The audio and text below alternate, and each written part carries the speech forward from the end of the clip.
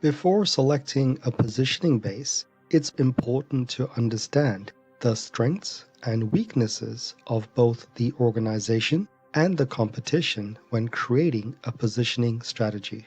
When it comes to selecting the right positioning base for our organization or for our products, a business will begin by conducting research to better understand the customer and create a perceptual map to see how our current customers or how the market in general perceives our products compared to our competition. And by using this information, create a positioning statement.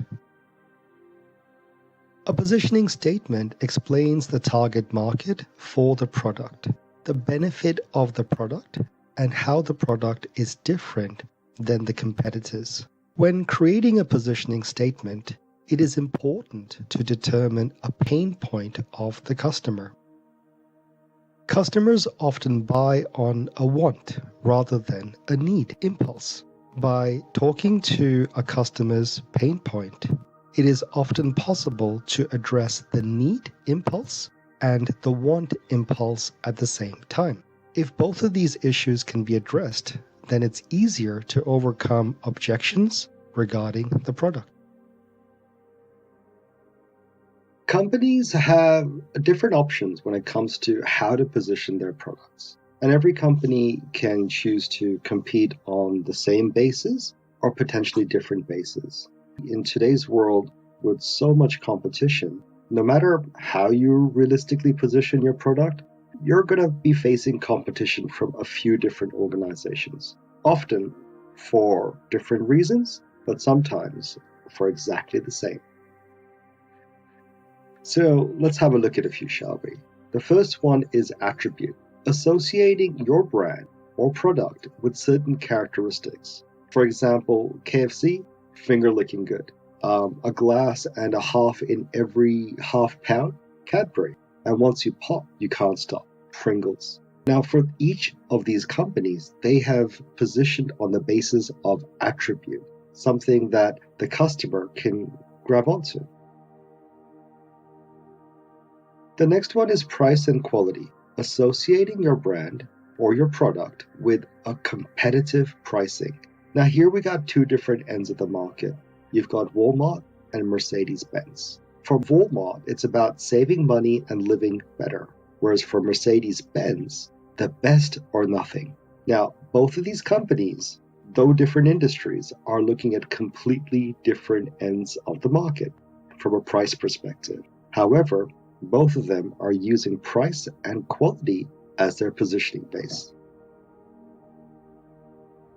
The next one is use or application, associating your brand or product with a specific use. When it's absolutely, positively has to be there overnight, Federal Express or FedEx. Don't leave home without it, American Express. So here, both of these brands are looking at use or application, associating their brands and their products with something very specific. Think about FedEx, right?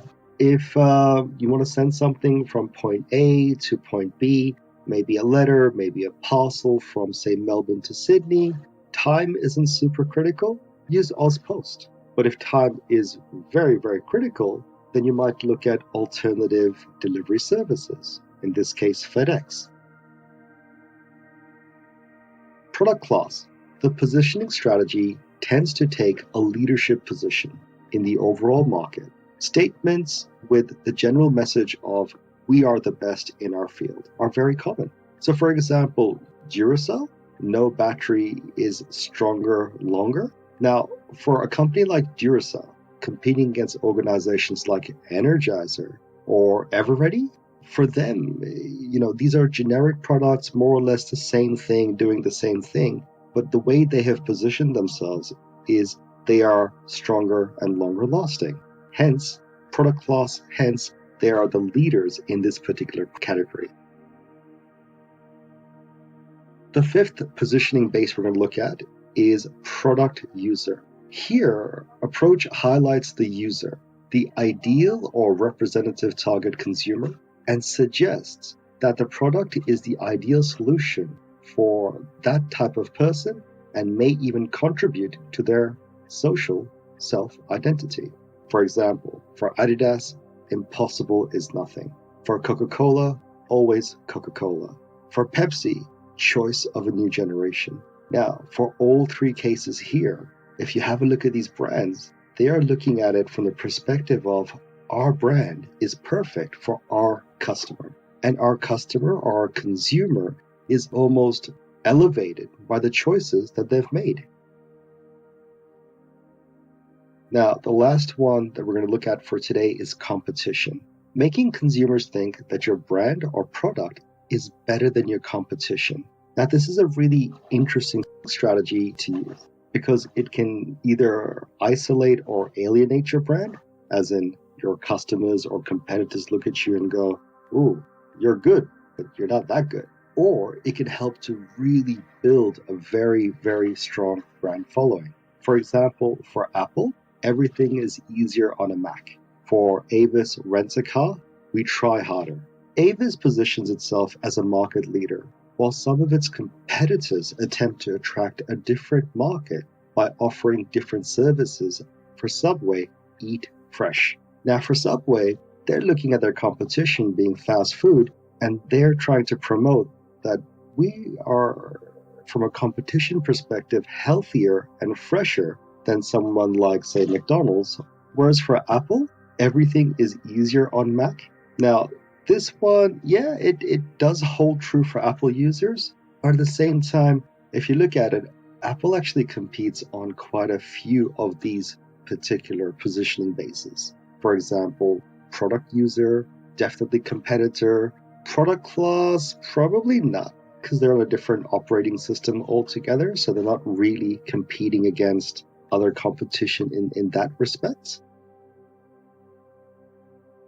The positioning base that you choose is really important, as your competition, your customers, and even people inside your organization will perceive your company, perceive your brand, and perceive your products. So it's important to get the positioning right. Sometimes, no matter how well you have positioned yourself in the market, things change. The industry changes. The demand for a product changes. Maybe that thing that you did really well no longer has a demand in the future. Think about Blockbuster Video as a company.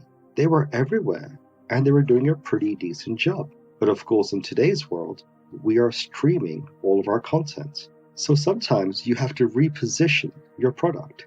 Repositioning, changing the appeal of a product or brand so that it can compete better in relation to rival brands or in a new market segment altogether.